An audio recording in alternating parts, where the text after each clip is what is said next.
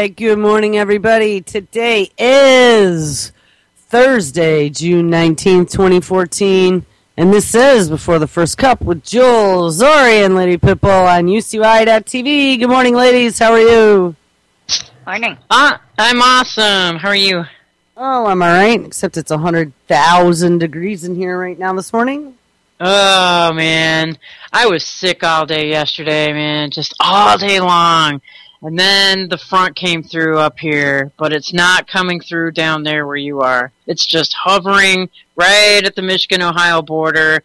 So we're now in the cool, humidless air. There's no humidity here, hardly, and oh, man, it's nice. Oh, it's baking here. I know. At least in this room it is. Yeah, it's not supposed to get, it's supposed to be horrible there, I guess. I did not look at the weather, but I have been invited to go back and visit my friend this weekend, so we were planning all kinds of festivities, and I probably should check the weather first, because where I'm going, we do get tornadoes, so I really don't want that either. Yeah.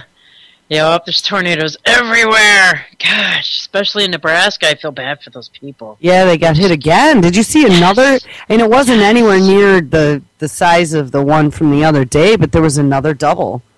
Right. They showed it, where it was dropping down the second tendril. I was like, wow, what are the chances? Actually, there was 2 or 3 that was a multiple vortices one, and apparently that sucker stayed on the ground for a long, long time because it was a slow-moving system. Wow. Yeah, it just did all kinds of damage. Now, even you, Zori, you guys didn't used to get them there, but I've seen them there now quite a few times. Which is oddball because you don't typically get them near the water. That's why we typically never got them here either. Right, but they're so small when they do hit down here. I mean, they'll do a little bit of damage and they don't stay down hardly at all. But yeah, you're right. We never used to see them at all before. There was a tornado in Canada too, like up near Ottawa. That's kind of rare too, getting away up there. Oh, they usually don't get any? Not really, not Canada. I mean, because they're usually in the cooler, drier air, usually up there. Because the way the jet stream goes. So it's been a wild, crazy spring. When's the first day of summer? I think on Saturday. Oh, 21st or 22nd, isn't it? I thought it was the 21st this year. Yeah. Wow. Very good to know that. Then, after that, the days start getting shorter, so... I know. Then we're on the downslide already. That sucks. I know. It seems like we just crawled out of this cold, and now we're in the hot suddenly. It was a nice spring, though. Like Jimmy and Lance were talking about last night, too. It was like instant from winter went so far into the spring this year. I mean, we were still getting snow in some places in May. Yeah. Do you remember that? I mean, there were a few places that still, Colorado had a big-ass snowstorm. Yeah, they did. It was still really chilly here. I don't even think we got the gardens or anything in until at least mid-May. And now here we are already, and we're about turning the corner. Yeah, and now all of a sudden, bing, it's all hot. Suddenly. Oh, here we go. Facebook went down across multiple countries just before 4 a.m. Hey, I experienced that. I was in the middle of some major issues, and, well, now I know. Wow. Now I know. Was it the NSA, taking out half of their users? They just took out all of their users across the world. Jeez. I don't know. Who cares? But I just thought it was funny that they actually admitted. That's interesting. Just like them admitting that freaking Lois Lerner recycled the hard drives on the computers, the IRS. I didn't hear about the recycle. Yeah, man. They said that their hard drives were crashed and then were recycled. So now the reformatted, yeah, reformatted. So emails are just lost forever. That's a joke. Oh, no. Why would you not send it to a data recovery place? Exactly. Well, you don't want to send it to a data recovery place if you don't want something to be recovered. Well, I know that. But, hey, the next time, they come at me or something for back taxes, but I don't make nearly enough, if anything at all, to even pay taxes. But, oh, geez, I had to recycle my hard drive. Sorry, whoopsie, all my data's gone. I mean, come on. How stupid is that? Yeah, like you'd get away with that, huh? Just makes me wonder, our country is based upon legal precedent. Can we use that as legal precedent? Yeah, right! I don't know, you had a smart enough lawyer. Might be able to figure that shit out. Sure, they're setting the stage for it, so, hey, what's good for the goose, right? Well, that's how it's supposed to go. Yeah. Yeah, legal standing when you got precedents. That's right. But then we aren't on the government end of it, and then, they have a separate set of rules for them. That's right. That's right. I say infiltrate. Let's turn the tables. That's right. Or get elected and... Right, Jules for Congress. The insider trading. Jules for Congress. Let's all run for Congress. Heck yeah. I want no accountability. I'm running. Right. Hey, can I run against Hitlery? Yeah. Women's rights, man. Yeah. I'll run on the no douchebag ticket. Yeah.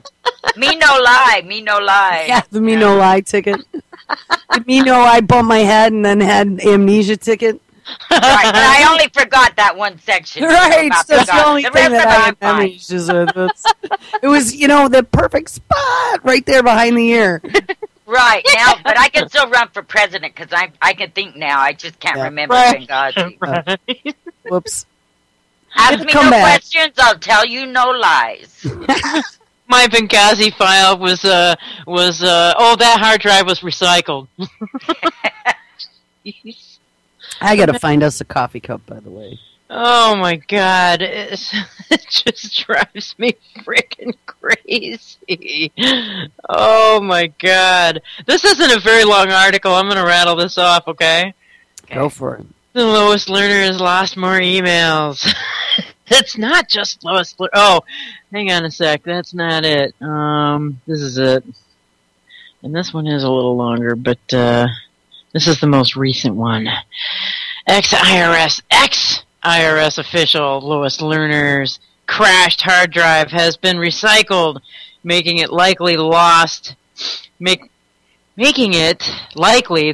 emails of the lightning rod in the Tea Party targeting controversy will never be found.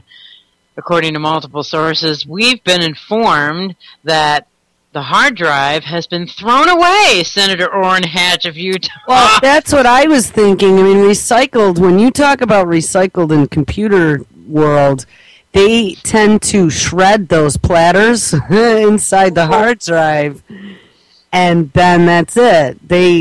I don't know, the reformatting, who knows why they don't do stuff like that, but you only have a 5-year depreciation cycle on computer products, so once it's 5 years old, they tend to dump all that stuff.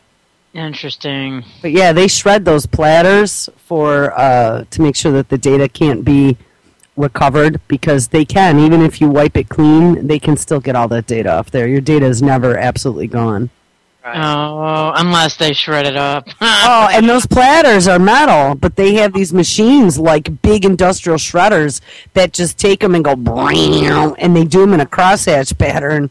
And that's the end of that. You will never get off that. You know what I seen? First time I ever seen this, I took my friend to the dentist, and there was this big, like a trash truck, dump truck, pulled in, and it said document disposal companies. What they do is they go around to these businesses, I guess, and take their documents, and they have this locked bin, and they put them in there and lock it back up and run this disposal thing. It's like, where nobody will ever see it again. I'd never seen that before. Yeah, I mean, I can tell you, I have an overabundance of documents that need massive shredding here at my house. I probably have 6 or 7 years, at least, of like old bills and things. You know, I mean, I always used to file all my old bills after they were paid, not realizing that you don't need that shit. You know what I mean? Once it's paid, pretty much it's done. You know, save all your retirement statements, stuff from Social Security, stuff like that. But, you know, stuff from the electric company and from... For the IRS is the only reason I saved mine. Well, right, for your any tax returns. But, you know, any standard utility bills from 7 years ago you don't need. But you also don't want to just chuck that stuff into the recycle bin because it's got all kinds of personal info. It's got your name. It's got what you paid. It's got, you know, your address. To a shredder.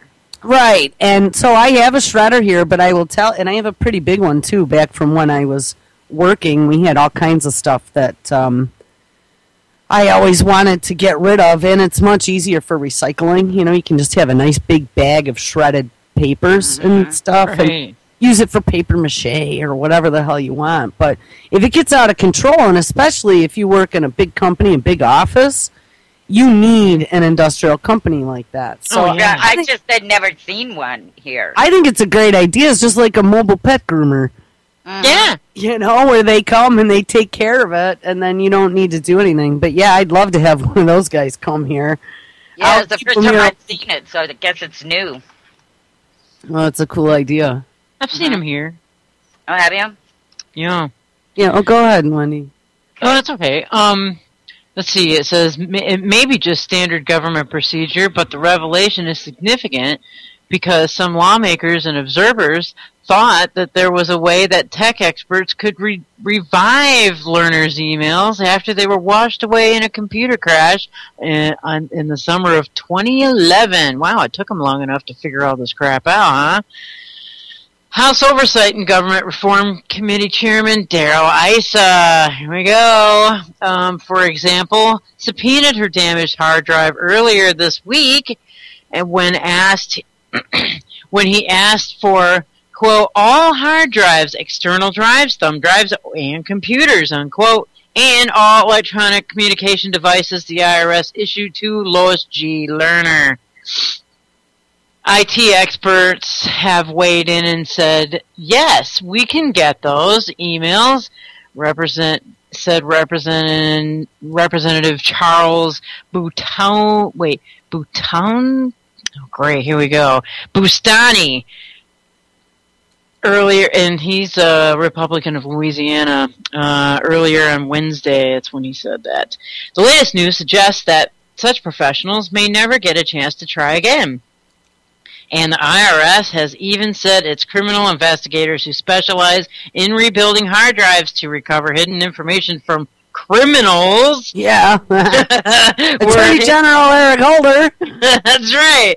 Were unable to restore the data back in 2011. But this is only likely to further enrage Republicans. Well, not just Republicans. Further enraged Republicans who are fuming over the matter and suspect Washington officials drove the selective scrutiny. What do you think? Yeah, well, see, they're saying Republicans because that whole thing supposedly targeted Tea Party members, and from everything that I read, it was way before even Tea Party. It was something against, not Rush Limbaugh, what's the other dude? What was his name? He was the one that was targeted. There was the whole IRS scandal all around him. No. The right-wing freaking asshole, whatever his name is. Oh, I know. Blank. My tongue. Oh, my God, dude. Glenn Beck. There you go. You. Was it even Glenn Beck? I'm not even sure. Glenn Pecker. I don't know if it was Glenn Beck, actually. I think it was one of the other right-wing assholes. Oh. But regardless of who it was... No, it wasn't. No. But regardless of who it was, it got completely ramped up to then be the whole Tea Party that they were targeting. And I mean, like I told you guys last year, my tax return was held up for months on end. Mm-hmm. And there was no physical way for me to contact them. I mean, I I've never had an issue in my life. The money goes in, the money comes out. I don't do anything special. There's nothing special about my return. It just so happened that last year's return, I had done a dispersion on my 401. I decided to turn some stuff into some stuff. You know what I mean? Yeah. But it was just a chunk of change. There was nothing special that happened to it afterward. I used it to buy stuff. And they decided that, I guess, that was something to hold me back for. I really didn't think I was going to get my return, honestly. Oh, my God. The day that broke, the day that story broke, I all of a sudden got an email saying that my return was on the way. Oh, wow. Somehow my return must have gotten caught up in that whole right-wing, conspiracy. But I don't think anyone even got in trouble for anything. I think all they were complaining about was all this extra scrutiny against groups that maybe they consider to be politically charged against, the establishment. Yeah, absolutely. And they're still doing it. They haven't stopped, even though all Here's this stuff... Here's the thing. Lois Lerner, though it pisses me off that she could sit there with that smug face and plead the fifth over and over, and Isa, he's no freaking bed of roses either. No. Even though then he's the chair there. But I could guarantee you that Lerner was not the mastermind of any of that. Hell no. She's just a fall person. Right. So, I don't know. It's just a sacrificial lamb. Exactly. So just chalk it up for what it is. Another bunch of bullshit. Another, thinking that there's some sort of justice. And when it comes to doing justice, it ends up being a big freaking joke. And everything disappears. Poof. And all the criminals walk away. Poof. And anyone who was hurt that was a citizen, well, they probably got the shit kicked out of them by the cops for some reason. Right. Exactly. And what are they going to do? They're just going to increase taxes, and they're going to just come after us even harder now, and they're just going to ramp it up on us while the rest of the people who are perpetrating this crap in the first place get away scot-free. So that's what the whole message here is. I don't know, man. All right. Did you end up finding a cup? I did, yeah. Oh, good. That's cool. Where do you want to go from here? I don't know. Blow my nose would probably be the next place. That's a good idea. I'm gonna mute. Yeah, man. They're gonna just ramp it up on us, and I don't know. Meanwhile, let's see. Meanwhile, this is interesting right here. Since we're on the subject, I might as well get it out real quick. Federal tax revenue set record. So they're taking in record tax revenues. Federal tax revenues continue to run at record pace as inflation-adjusted dollars. In fiscal 2014, as federal government's total receipts for the fiscal year closed in at an unprecedented, I think it's, I can't even read this freaking number. It's over $1 trillion. I can't even read this number. There's so many zeros. Oh my God. Close to almost $2 trillion. According to monthly Treasury statement, despite record revenue, the federal government still ran a deficit of $436 some odd billion at the first 8 months of the fiscal year. That was just 8 months, which began October 1st, 2013 and will end September 30th, 2014. In the month of May alone, the federal government ran a deficit of $129 billion, bringing in $199 billion in revenue while spending $329 billion. Wow, that's real nice. The White House numbers just mean nothing, though. When they really don't, do they? I mean, it's like just could be a billion or a quadrillion, just like the amount of radiation that's spewing into the Pacific every day. Does it really matter at this point? It doesn't, and all it is just money shuffling in under like a couple of shells, in the shell game. A rug. Yeah, exactly. A rug with moth holes. Right, exactly. Moth holes that go like straight down into their coffers. That's where all this crap is going. So you're right. It's just ambiguous after a while. It just doesn't freaking matter. You're right. It's just, but they're taking in record revenues while, they're just, oh my God, it's crazy. This whole damn system is broken now. It's been broken for a long time. And, I mean, how the hell are we going to change any of this? It's not broken. Really? I think it's being looted. Well, looted, broken? Looted easily as we sleep, eat bonbons, and drool in front of the idiot box. Yeah, exactly. Oh my God. Absolutely. So, basically, that's pretty much it. There's really no reason to go on with that. I just wanted to, they're actually, the whole thing is they're actually admitted that they're just record revenue generation here. And that's not even including, like, Obamacare crap. Then it's just going to soar into the ether as far as revenues. Did you see where one of the prisoners that they released, for that trade, said to from Arbu? Wait, the ones that Gitmo? Guantanamo that Obama traded for that one. What's his name? The prisoner exchange. Yeah. Where? Yeah. Where? Well, I don't know where they released them from, but Obama traded 5 of our... Oh, okay, yeah, the 5 prisoner, the Gitmo guys for Bird Doll. Right, well, the one for of the them... trader. Yeah. But U.S. officials said this week that its leader, Abu Bakr Baghdadi, something like that, said, "I'll see you guys in New York when he was released." Yeah, actually, there was a video on that. Yeah.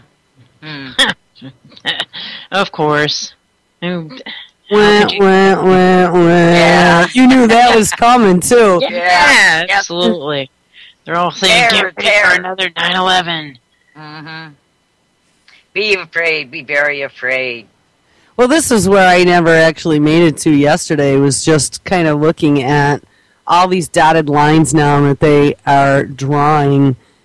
See, if you pay attention to what happened last week we had, 4 mass shootings? Mm-hmm. 3 mass shootings in a crazy, or, yeah, right, the 2 crazy girls, and then you had the little pussyhead town in Southern California, you had the Seattle shooting, and then you had the 2 whack jobs in Nevada, which then we heard a story yesterday, and actually I had read some stuff even previous to that, stating that they had communications with some police in Nevada long before any of this happened, the 2 shootings. Yeah, informants. Yeah, so you had all that happen last week. You had also Holder reinitiate the Department of Homeland Security Domestic Terror Division.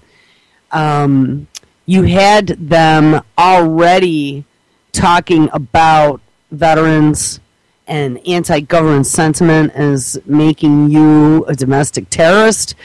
You guys remember, too, even before that, they had all kinds of videos going on showing how, that pesky internet was radicalizing people, right? And you even had some of the military coming out saying that they were all creating domestic terror divisions.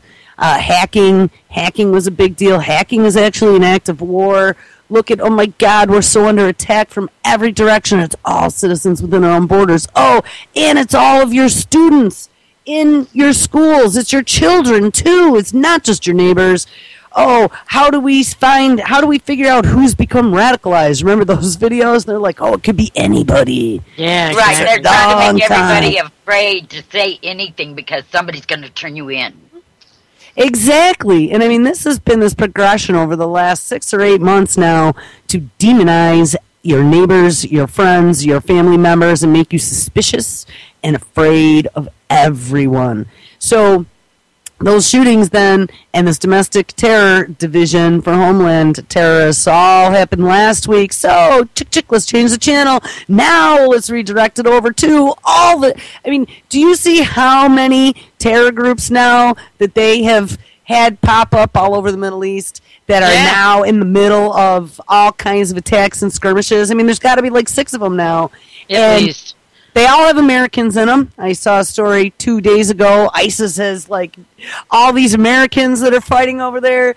If you remember, we watched that video back a month or so ago about Syria, all the Americans that had gone over there. Mm-hmm. I honestly think that what they are trying to do in the minds of the dumbass freaking American brains is absolutely 100% equate by association, because the media said so, not in so many words, but they have, that people who dissent against the government are the same as the psychopaths that we've created in the Middle East that strap bombs to themselves. Exactly. Right. You know? That's what they're doing. They're putting everybody on the same page. So if you don't agree, then you must be evil and the enemy. But, you know, like I was asking last week, if you were an Iraq veteran, wouldn't you be pissed off over what is going on right now? Big time. And there have been a bunch of videos now that have come out about that very thing. Yep, there's the hitting the hornet's nest again. Yeah, they're all asking, well, what'd we go over there for, period? Right, Yeah. and that's exactly what, I mean, like I said, I have lots and lots of friends who are all over there. That was my year of graduation, was right then, you know? So the first Gulf War especially, half the people I went to high school with went to freaking the Persian Gulf. Right. You know, and I've known all those people for many years, and I know if I were them, I'd be going, what the hell did I do all that for? I mean, they all got sick, too. They all have issues. That's right. Yep. And now they want to send them back. Well, they're saying they're not sending them back, but here we started with we don't have any troops. Then they were sending 275 special forces. Then I heard yesterday we're also dropping 100 Green Berets on the ground now because Iraq is begging us for airstrikes. That's what they said. And they came out last night late and said, hey, we aren't going to do airstrikes yet until we get better intelligence, but we can't tell the difference between the terrorists and between the Iraqis. I saw that clip. And so now we need to put Green Berets on the ground to be our eyes and ears. They will have weapons, but they won't be fighting side by side with the Iraqi military. Yeah, they're also begging Iran for help, too. Well, you know, there's some major conflicting reports about that now, so I'm not sure. That was out there that all of a sudden, I mean, Iran has an absolute 100% vested interest in this not happening in Iraq. Oh, yeah. Because they're right next door, okay? Right. This is also a new leader, this Rouhani, I think that's his name. Is that the new guy, I think, right? That's not the old guy. I haven't talked about Iran in a while, so my brain doesn't remember names as well. But he has tended to be, at least from everything that I've seen, a little more westernized, a little more open to negotiation and working with the Western world, which, you know, I think maybe he's just smarter politically, you know? Yeah. Because, I mean, you can talk one side of your mouth and then be doing something else absolutely instead of coming out being the antagonist and having everyone point the fingers and say, look, it's you, you know? Right, which is what Ahmadinejad was doing.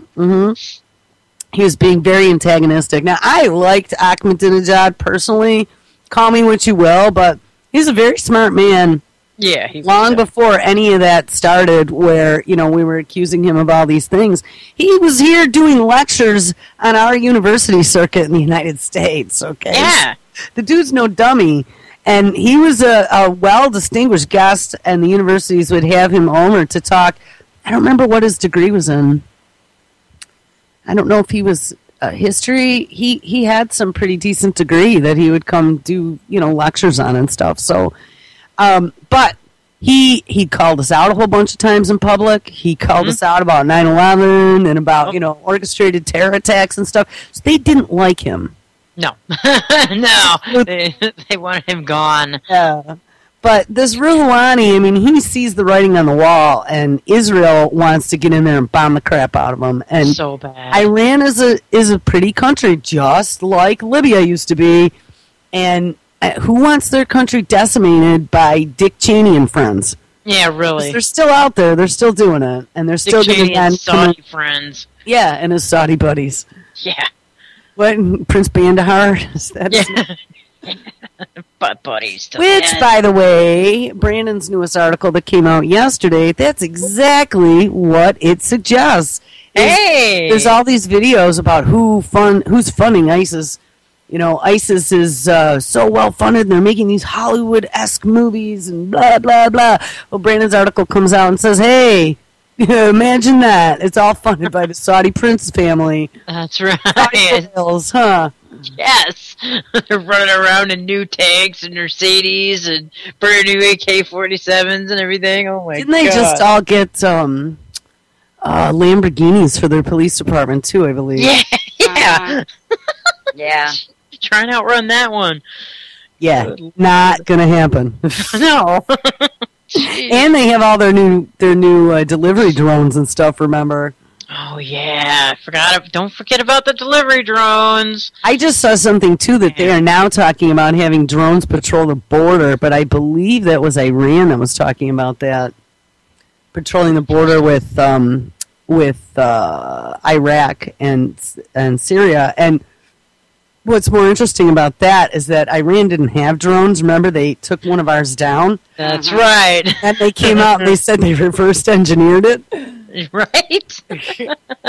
So, I don't know. All That kinds of doesn't crazy surprise stuff me. going on. But what kills me is that most of us have all been paying attention. So, like, all this bullshit about where did ISIS come from and blah, blah, blah.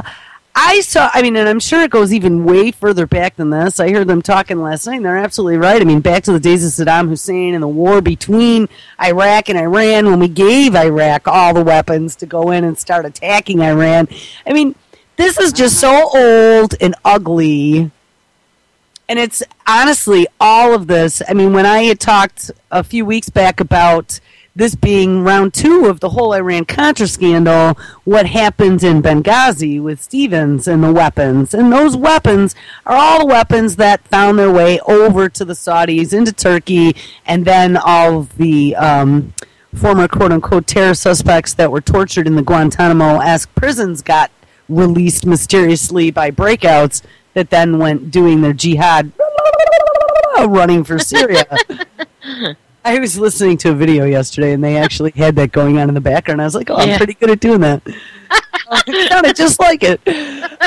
It does sound like that. But, I mean, the whole thing is orchestrated. All of it. This is all us. We created it. It's just like listening to the Hillary Clinton clip, which we could find that. And it's all of what is happening in the Middle East now and forever before. I mean, even go into Wikipedia and start researching the history of, like, Saudi Arabia and where that came from. Those were American oil companies. I think it was Standard Oil that was doing the exploration there. The American companies were the ones that actually discovered oil. And then they formed, like, the corporation and the whole Saudi state. I mean, that's all still us. So, you know, that's why the Bushies... We're all freaking chummy buds with those guys because we're making them tons of bank and we're all getting the kickbacks from the corporate side of things. Damn right. So this is all just a big freaking joke. Even in Iraq, I mean, one of my good friends that I actually met through the network, I won't mention any names, but when he was growing up, he grew up in Iraq. His dad was an oil guy. And there's a whole community of Americans that live over there working for the oil companies. Absolutely. Those are all American oil companies over there, people. There's vested interest over there. And now... I'm not sure what's going on now with ISIS taking control of all these oil wells, and they're saying now they're selling it all back to the government. Somebody's making money there. And it's not... The terrorists are getting kickbacks or something. Or the Saudis now, by funding ISIS, are now taking the money from the oil wells in Iraq. Something is going on there. You know what I mean? Mm-hmm. Oh, yeah, absolutely. All of it's And of course they leave it. And of course they just have it as an excuse to jack the prices up here so they can make double, triple, quadruple bank on us. Well, on our back. Exactly. The ones that pay for it. You know, we talked about that the other day. Not only do we have now all of these oil wells that are getting quote-unquote captured in Iraq, so, you know, God forbid, Persian Gulf oil, though we supposedly have all this energy independence now because we frack the shit out of the U.S., right? Right. But we also have Ukraine is touching off really, really horribly right now. They're bombing people with phosphorus. We talked about they're cut off water, so there's entire sections of Ukraine that nobody has any water, and there are refineries on fire. So though we aren't directly affected by Ukrainian oil, because I don't think we actually do imports from there, it does affect the other regions of the world that get oil from Ukraine. And so when they can't get oil from Ukraine, they're going to be looking for other sources, which, i.e., ergo, is going to make oil more scarce and jack up the price, just like any great capitalist system. So, right. You know, right now, gas is almost at $4 a gallon here. Yes. Like I said yesterday, we're going into the summer travel season. I saw a clip yesterday that I don't know what planet they're from, but they're going, oh, yeah, we're just exactly what I said. We're coming into the summer season when typically gas prices go down. Yeah, right. Now, is it me? Or have I seemed to have misinterpreted numbers all these years in July? Right around the holiday. Starting at like Memorial Day through the summer, I don't remember ever seeing gas prices go down. Me neither. Gas prices go up because everyone's going on vacation and driving and whatever. I mean, that's how capitalism works. That's right. I don't even know if I can get to Freedom Palooza because of the gas prices, man. Oh, you should do a shuttle. I really want to go. Here, hold on. I'm going to... let me get back to the page. There were a couple things. Hold on. I mean, just like what? 2 months ago they said, oh, gas prices are going to go down for the summer driving season. Yeah, right. They did? They did. They absolutely said that. I specifically maybe that's what she was referring to was their falsehood where they claimed that gas prices would go down this summer, but because in the past I've never seen that. Gas prices always go up. Oh yeah. When I heard it a couple months back, like in the springtime, like when the spring first, happened or whatever, snow's beginning to melt. Well, we can look forward to lower gas prices during the summer, and I'm just like thinking, yeah, right, bullshit. Ours dipped a little bit. It went down to $3.83 or something like that, but now it's back up to $4.29. Oh, Weren't wow. you paying almost $5 there? Yeah, we were. They were, yeah. So what they do, and I've been watching this, is like, okay, they'll let it go down, then it goes back up, but it never goes back up to where it was before. Now it went down again, and now it went up a little higher than what it was before. And they're just progressively doing that. They'll give you a break, and then when it goes back, you're so glad that it went back. Well, right. It's the PSYOP. The gas, and the same thing's probably going to happen with food, too, if not already. Mm-hmm. Yeah. Absolutely. When right now food prices really should be low as far as vegetables and things like that. Right, because it's now summer, just about. Right, but now there's a shortage, so it's going. The food prices are going up. Right, drought everywhere. Droughts. Mm-hmm. To plant anything. Yeah. Any good crisis is a great excuse. Well, it's all about derivatives and making money. Mm-hmm. And here, actually, here's one story. There were a whole bunch that I did on the refineries over the last few days on the UCY page. Iraq's biggest oil refinery, and this isn't the fire, this isn't being captured by militants or anything. This is in Tikrit. What day was this? 2 days ago, I believe. Iraq's biggest oil refinery was shut down overnight, and its foreign staff evacuated, officials told Reuters on Tuesday. Local staff remain in place and the military was in control of the Baji facility. Militants from Al-Qaeda splinter group Islamic State of Iraq and Al-Sham, which, isn't it funny that it's Al-Sham? Yeah. Al-Sham is ISIS. Al-Sham. Yeah. So there's Dude, are you serious? I'm serious. So not only is it Al-Sham, but somebody in one of the Pigline video comments the other day had pointed out also is that if you move the ISIS, the IS on IS over the top of each other, you have a dollar sign. Oh my God, no way. I was like, oh, that's pretty good observation there. Oh my God. They're laughing at us. They are laughing, but I didn't know they were called Al-Sham. Me neither. That's freaking funnier. It is. Militants from Al-Qaeda splinter group Islamic State of Iraq and Al-Sham, ISIS, seized Iraq's second biggest city of Mosul last week, and Sunni armed groups advanced on the town of Baji and surrounded its refinery, blah, blah, blah. Due to recent attacks of militants by mourners, the refinery administration decided to evacuate its foreign workers for their safety and also to completely shut down production to avoid extensive damage that could result, said a chief engineer at the facility, and that was a Reuters article. So they are saying that they completely shut down production. Now there was there goes the gas prices. Yeah, and I mean there was another one that was on fire. I was trying to find that, and then we had the burning in the Ukraine. But here, let's follow this up then with a story, and we've been looking at this for months now, is what's going to happen to food prices. Nick and DB pounded on this yesterday, and I think it's a very valid point, and put on a seatbelt, people, because it is coming. Price index for meats, poultry, fish, and eggs rocket to an all-time high.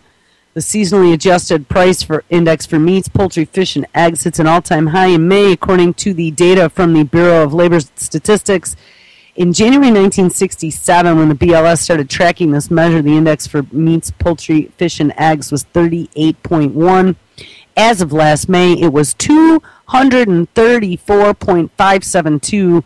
By this January, it hit 240.006. By April, it hit 249.362. And in May, it climbed to a record 252.832. Quote, the index for meats, poultry, fish, and eggs has risen 7.7% over the last year. The index for food at home increased 0.7%, its largest increase since July of 2011. 5 of the 6 major grocery store group indices increased in May. The index for meat, poultry, fish, and eggs rose 1.4% in May after a 1.5% increase in April.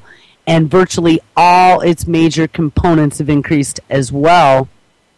In January 1980, when the BLS started tracking the price of chicken actually hit its all-time high in May. Fresh whole chickens cost 70 cents a pound. By May in 2014, fresh whole chickens cost $1.56 a pound, which, yeah, a whole chicken. Try looking at boneless chicken. I mean, that shit's like close to probably $5 a pound now. Oh my God. Boneless, skinless. It's horrible, man. I mean, this is it's not good. Yeah, so everything is going through the roof. I want to find, though, there was one about talk about taking out the middle class efficiently in this country. Well, that's exactly what they're doing. That is exactly what they're doing. And while I'm looking for these other stories, I heard Jimmy and Lance actually bring up the Chinese billionaire that was giving away, they were holding a charity in New York City that was to raise funds for 1,000 homeless Americans to buy them food or meals. And that's highly suspect. Well, right. I want to talk a little bit about that because as they were doing that, he was also going to give away $300 to each individual that attended, I believe, that had dinner at this charity gala. But right before that story came out, Hecty had dropped something in chat yesterday afternoon about Bill Gates and another Chinese billionaire. that he was meeting with in particular to discuss philanthropy. And so, right on the tails of that, then comes another Chinese tycoon who now is going to be raising money for the homeless in the United States. And I was like, wow, here's a thought. Now, as I read more into the story about Bill Gates, it ends up that the guy that he was meeting with, Ma, I think his last name was the founder of Alibaba, which is it's an online e-commerce site that I've run into them quite a number of times looking for objects that typically aren't made yet. Like if you're looking for something, especially something that nobody's ever made, you'll probably get a pop-up from Alibaba offering to manufacture it for you. Wow. And that's what's interesting about them. I thought it was a really great idea, actually. They are a global distribution conglomerate. And I mean, it's all Hong Kong Chinese shit, so I would probably never buy anything from them. But they got all kinds of stuff from all over cheap, and you buy in bulk from them. So typically for, supplying store operations is what they do. But they also have this whole engineering group where you can send them blueprints, and they will mass produce or make you a prototype. Like if you're trying to make a circuit board for something, if you had a design for some electronic device, you would go to a place like that. Now, I mean, in the old school, you had to go actually find a manufacturing facility in your local area or, negotiate with somebody in a different state. But now they have this whole online thing that you could do. Now, we actually had a little invention that we were looking to have some breadboards put together with a diagram. My fear was China has absolutely no regard for intellectual property rights. Ah, yes. So if, I had some good idea, I'm not going to be sending it to some Chinese company to go make me a freaking prototype. Next thing I know, Alibaba's going to be selling it. You know what I mean? That's right. Anyway, so I never used them, but I was fully aware of who the company was. So this guy that was meeting with Bill Gates was the person who started this company, Alibaba. And lo and behold, it said that they were meeting, and his Alibaba company was getting ready to be the biggest ever IPO in the United States. So I was like, oh, how interesting is that? So they're doing an IPO. Who would know about how to make money on the stock market and IPOs but Bill Gates? That's right. So I'm sure that that's why they were meeting together, but it had said in the article that they were meeting under the guise of Bill Gates discussing philanthropy. Sure they were. But here's the thing. So here's my thought on this. Like, the suspicious part about all this is that as this whole financial zit is coming to a big, fat, gross, sloppy head, because it is, I mean, everywhere. I heard Nick and DB, this is something that I didn't know, is all these trillions in debt that we're in. We actually are beholden to the European Bank, the ECB, I think it's called. Ooh. I did not know that we owed them the money, and they're the ones right now that are lending at a negative interest rate. So there's some major financial issues definitely getting ready to blow here. So, and I mean, we're beholden to China as well. I mean, China is a huge investor in our country. And, I mean, this biggest ever IPO, if that isn't a statement, right, that they're now going public on the United States, the New York Stock Exchange. So, here's my thought. Hey, Bill, so how do we now, we got all this negative press in the United States. They don't like Chinese. How do we win the hearts of the United States citizens? Well, Ma, look we got all these hungry people, all these people out of work. I mean, how do you think I do it? I just start giving my money away. And then they don't suspect me at all, except for those crazy people that wear the tinfoil hats, but we don't care about them. Criminal Attorney General Eric Holder just created the Domestic Terrorism Department, so all those guys, don't worry about it. We're going to take care of them. That's right. And, hey, we got the Microsoft Cyber Patrol Center, so, we'll be able to ferret them all out with metadata.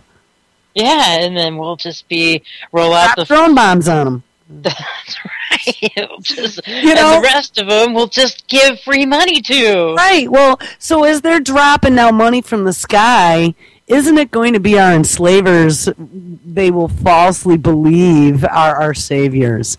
That's all I'm thinking. I mean, it's all of this is just a big mind fuck, people. That's all it is. This is all trying to manipulate you and your views.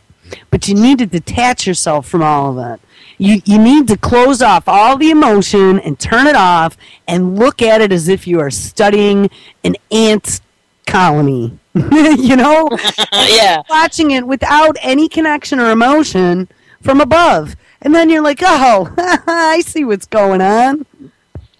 Philanthropic psychological operations. Yeah, I think That's exactly what it is. Tugging on the heartstrings. Mm-hmm. Look at these.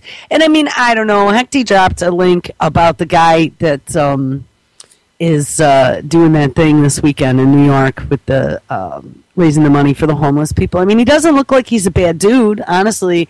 There was something a few years ago, I guess back in Tenement Square, which was like 25 years ago, I believe. These two women... There was some religious sect. I couldn't, if you're out there, Hecty, I could not watch that whole video. That was really intense. But there is this religious sect that believes that they will go to heaven if they burn themselves to death in protest. Nice. And so these two, actually there were more than two, but two women survived. There was a group of people that all put themselves in Tenement Square and lit themselves on fire to go to heaven. And a bunch of them died. These two women survived. It was a mother and a daughter.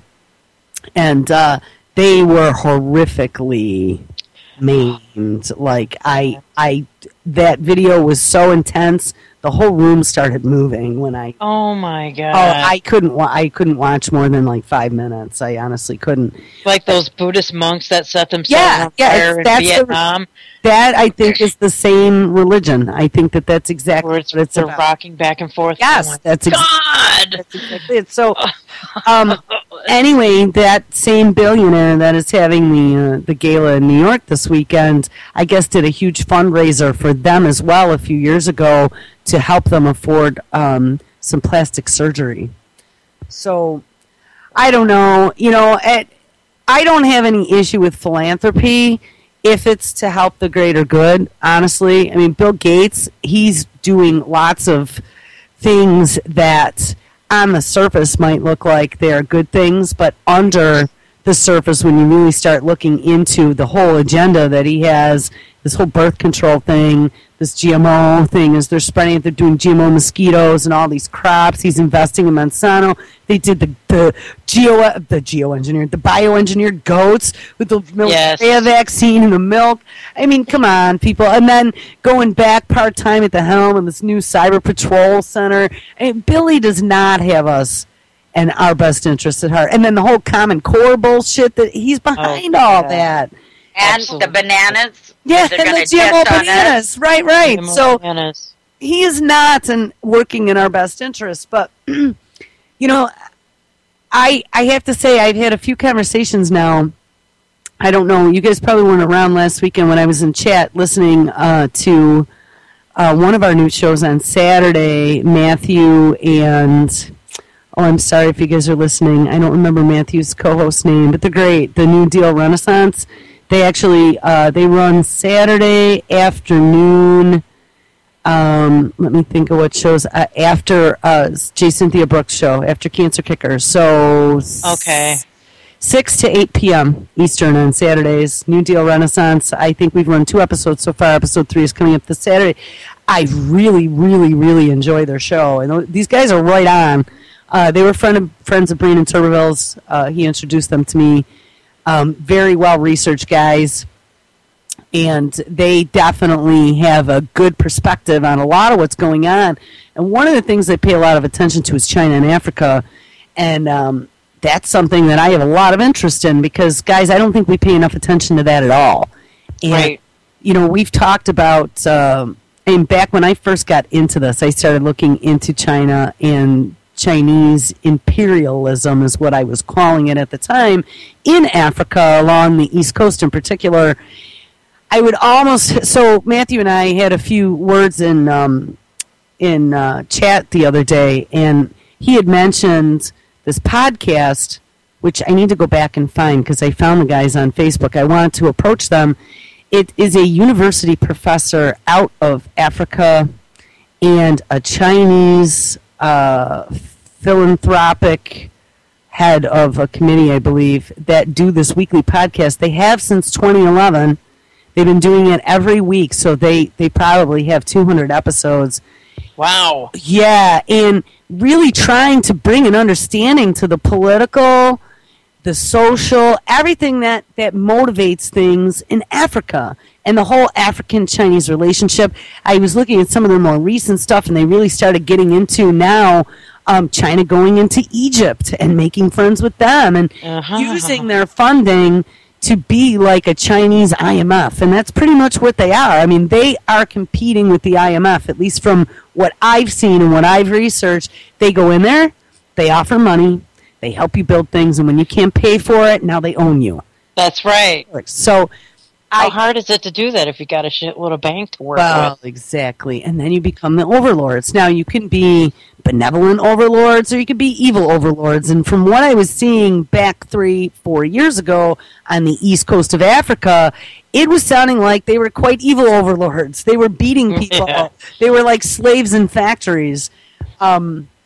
But I am going to see if I can now get my hands on that other show that discusses specifically China and Africa with two people. One lives in China and one lives in Africa. You know what I mean? Wow, that is pretty hardcore, man. Mm-hmm. That you probably get a really, really like in-depth view if you listen to all 200 of those episodes. And you know, they're half hour each, so I was going to suggest to them that they let me do what I do for All Power to the Positive with Sensei.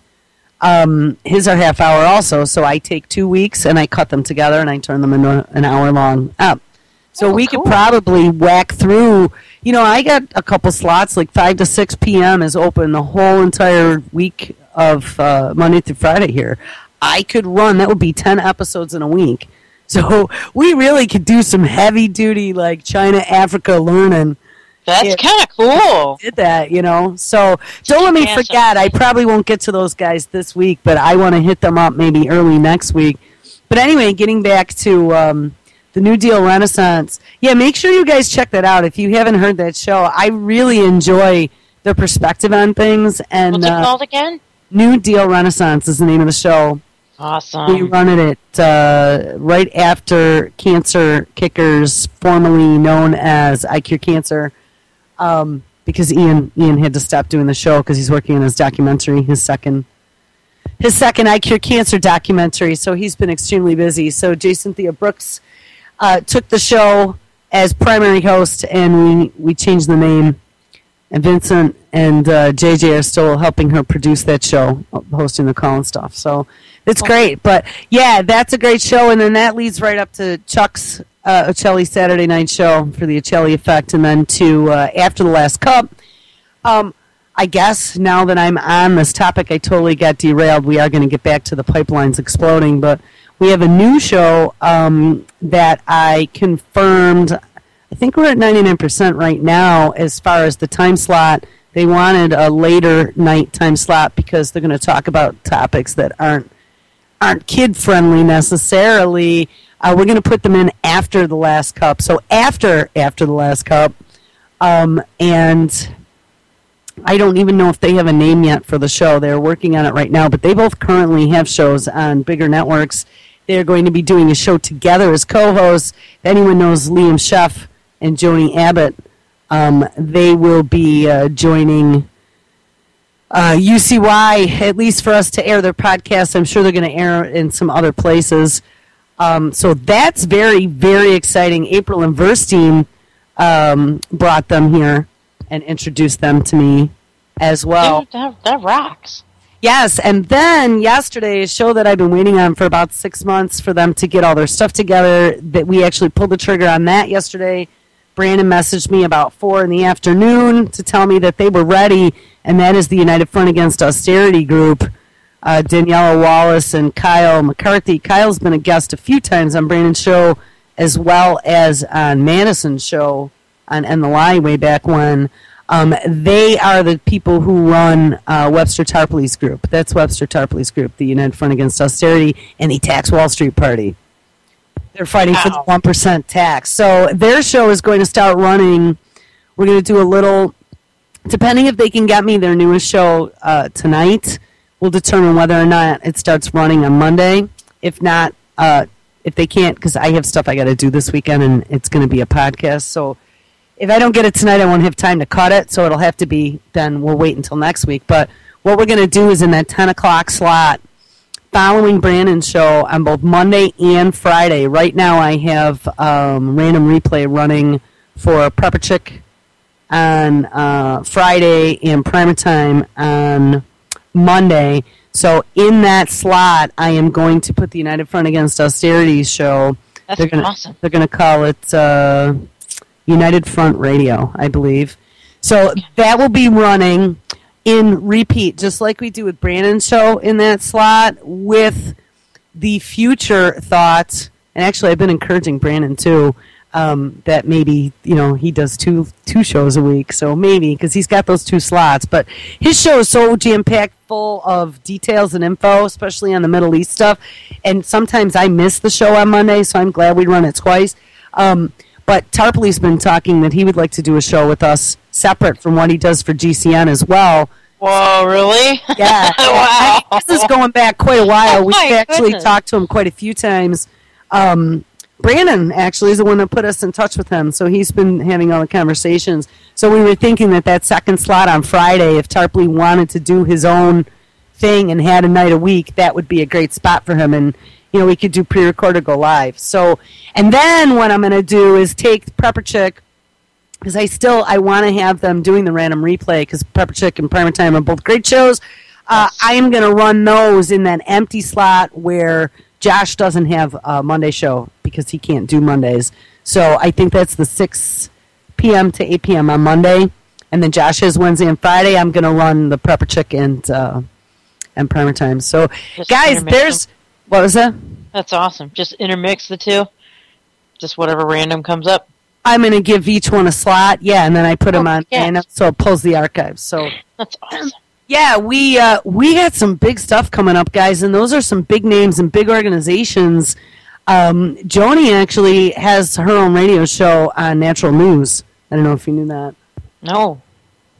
That's cool, man. This is amazing. Liam does a lot on Robert Scott Bell, which is on GCN. So I'm guys getting bigger. Yeah, and these guys all love what we're doing here. Just so you guys know, they've complimented us on just the groups of people that we pull together and the topics that we deal with, the awesome people in chat. They've all been coming to check it out. So I just want you to be aware. Thank you, everybody. And it's growing. And yes, Jules wanted to throw in the towel again. It seems to happen every single time where I'm beaten to the point where I don't want to do this anymore, and more people come. Right. I've noticed that. It's fate. It's something saying, don't stop. Stop. So I don't know. We must be doing something right, guys. There you go. For as hard as this is, Look at the bright side. It's like... Must be doing something right. Yep. So good news. All good news. Wow. All right. So That's I awesome. totally derailed us and we hit a wall. All that had to get said, though, really. Yeah, well, that's what I've been doing the last few days. And there's even more stuff. We got about 7 websites that I have been working hard and heavy on to try to help steer traffic and get info. So, and don't forget Drew, too. We got Off-Grid Journey. Drew. Yes, I love that show. So I love that show. I'm just like every time he's been on 2-3 times now. 2 shows. He's got number 2. 3 coming up. I just saw we had that Facebook page that I've been maintaining for the last 2 or 3 years now called Off-Grid Journey that I never really even advertised. There's last I looked, there were 1,400 people subscribed, and it was just all stuff that I wanted to make sure I had a place to put. So when I needed to research, how to get my solar panels hooked up. Okay, well, I got the videos, and here's all the diagrams down on my page, But Drew actually thought, what a great idea that would be. Let's use that page for the show. Let's call the show that. There's even a website that we got to get cooking on. I mean, it's all there. We just need content now. So he's all set there. But I saw on the page yesterday, apparently he got contacted by some production group in New York City who's looking to do a show. So anyone out there who happens to be a prepper who is pregnant, they are looking for a family who is about to have a small child who is off-grid because they would like to do a show on that family. So I just thought that was really cool. I was like, wow, look at that. And yeah, I was a producer for a production company out of New York. They gave her phone number. She gave her email address, contact me. Right on. It was pretty neat. That is cool. That's totally cool. I love that family he had on last weekend. They were mountain gardening in freaking Colorado. Yeah, yeah. It blew my mind. That was like so informative. It's like you can probably use that method in any climate if you do it right. It's awesome. Mm-hmm. It's fantastic. And then I had moved Dinah's show. If anyone didn't notice, we moved On the Brink, which was Jeff Wefferson out of Australia. He focuses a lot on the cetacean, mammal, sea life, like your dolphins and your whales, and sea health. We moved Jeff's show over to Saturday morning, so that is on before Walter, before the Solvner event, so it's on at 9 a.m. Eastern. And in that slot, because Dinah had been sick for a long time, and then she moved, actually. She left the United States, so she's living elsewhere now. So and we've still been running her replays. I love Dinah's show. She is such a wonderfully nice and educated lady. I love her show. But that Sunday slot, we had all heard those shows over and over and over again at that point. So that's why we gave that slot to Drew. And I told Dinah, I said, Tuesday nights where we moved Jeff, and just so you guys know, there was no offense to Jeff. It's just that Tuesday nights kind of with Primer Time and the Prepper Chicks, it kind of really had the demographic that listens Tuesday night. You know what I mean? The whale show was out of place there then. And it didn't used to be, but it definitely, just the way the night turned out. So I think Saturday, dovetailing into the Solvner show, I think that's a great place for it. I mean, that's the same sort of vibe, looking at things that are more ethereal. That's right. I thought it was great. But I told Dinah, she is back now. She's doing her Wide Awake News show she does one night a week for Charlie McGrath. She does not at this point. She is raising, I think, 3 little ones now in a foreign country. So she does not have time to do 2 separate shows. So what we are going to do is pick up the Charlie McGrath night and run Wide Awake News in that slot. Right now, we're trying to help her get her technical kinks out. So I heard her air show last week, but she was doing it via, I think, a cell phone internationally. Wow. It was pretty tough to listen to.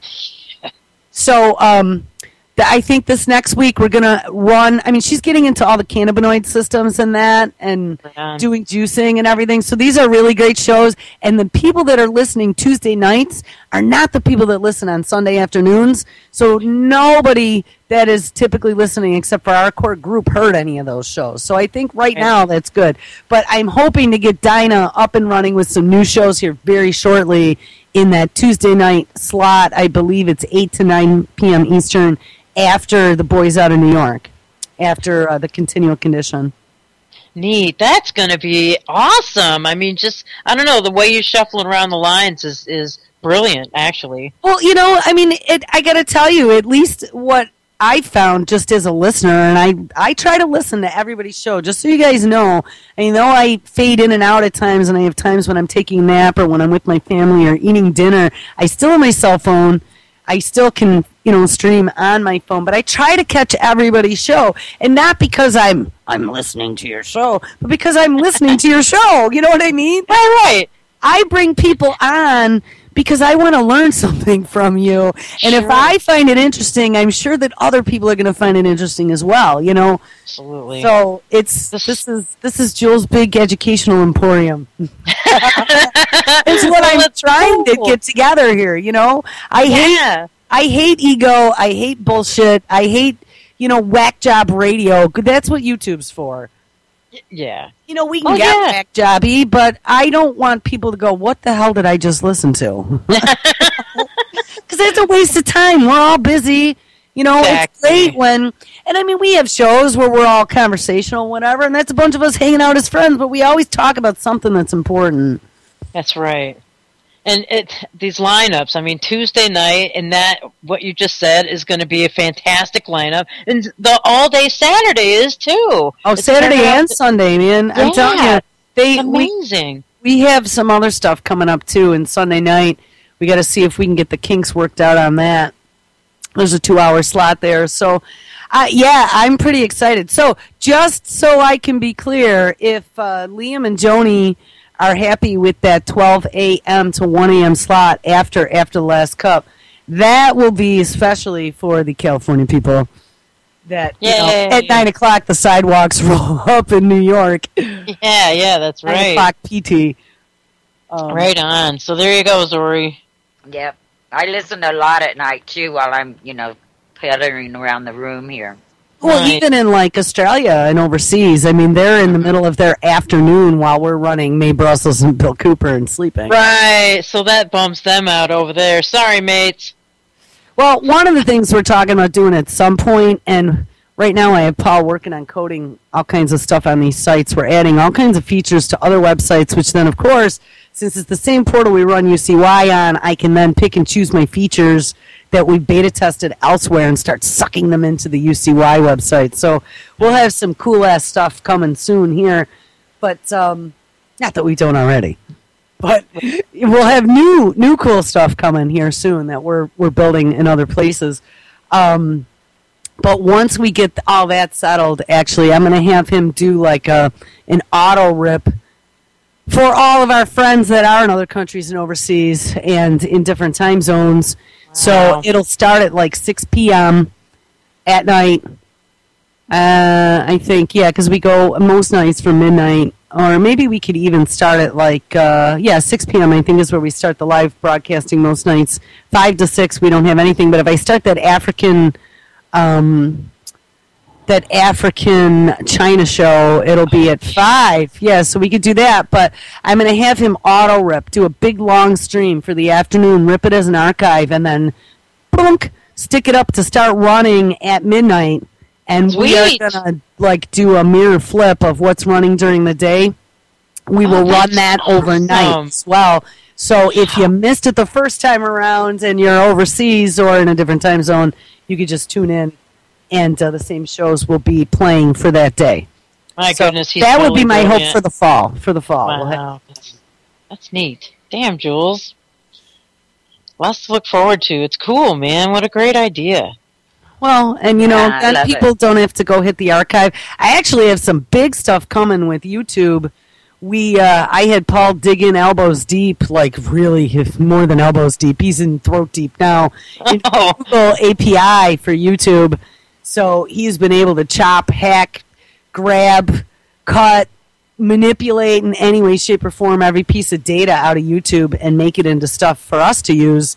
So one of the things I'm going to do, I know we have archives. I think I have it set at 10, the 10 most recent shows for everybody's page. Just so you know, too, if you want more than 10 archives, you hit that little RSS orange symbol on the page's RSS feed, where the archives are listed, and look at the URL itself, and you'll see it says ucy.tv/archives/ the show name, blah, blah, blah. And then at the end it says equals 10. That is telling it how many archives to bring back. If you just change that to equals 20, it brings up the last 20 shows. Put equals 30, it'll bring up the last 30 shows. Sweet. In a big feed. So if you're really looking for something back from January, you can find it easily. I had a host ask me, she's like, where's my archive from February? It's not up here. I'm like, actually, just click and put equals 20, and there it is. Oh. So just so you guys know that works. But it'll get unruly if you have too many on the page, so I just have it set at 10. But what I'm going to do, since we have that all auto-ripping for just about every show now, there's a few that I don't, and there are multiple reasons why I don't, but for most of them, I have them auto-ripping to YouTube. So when the show's over, it takes about an hour auto rips. I used to do all that by hand, mind you. Oh my God. Show, guys. Took a computer and every spare second of my life to get all that done. And then I gave up because I just couldn't do it anymore. So I made it a priority to get that working. So Paul wrote us his own little app. I don't really think that there's anything out there that does that stock. Kick ass, man. And so everything's doing auto rip to YouTube. So what we're going to do then is have all that sucked back in to a big most current uploads. Like right now, I just have a playlist on the UCY homepage, but I'm going to have that all automated. So everything's going to have its own individual page. Everything's going to have its own individual URL on UCY. It's going to suck from our upload playlist. And the most current shows will all be out there. All your archives for the day will be out there, and it'll all be in video format. So, wow, that will be very, very soon. I could probably actually do that. Well, I don't know. We got to manipulate the menus a bit.